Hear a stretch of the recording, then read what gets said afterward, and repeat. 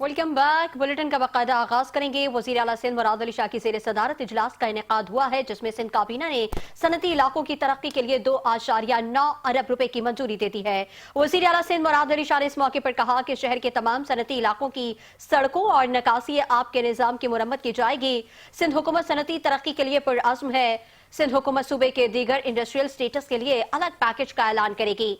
सूबे के दीगर शहरों के सनती स्टेटस की तरक्की के लिए इंडस्ट्रीज डिपार्टमेंट काम कर रहा है। जैसे ही तरक्याती मंसूबा तैयार हो जाएगा, पैकेज का ऐलान कर दिया जाएगा।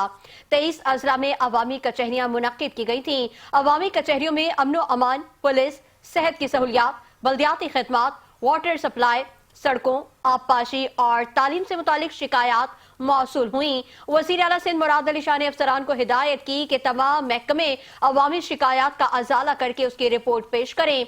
जनवरी के दूसरे हफ्ते से दोबारा अवामी कचहरियां शुरू की जाएंगी। अगर इन शिकायत का अजाला न हुआ तो मुतालिका अफसरान के खिलाफ कार्रवाई की जाएगी।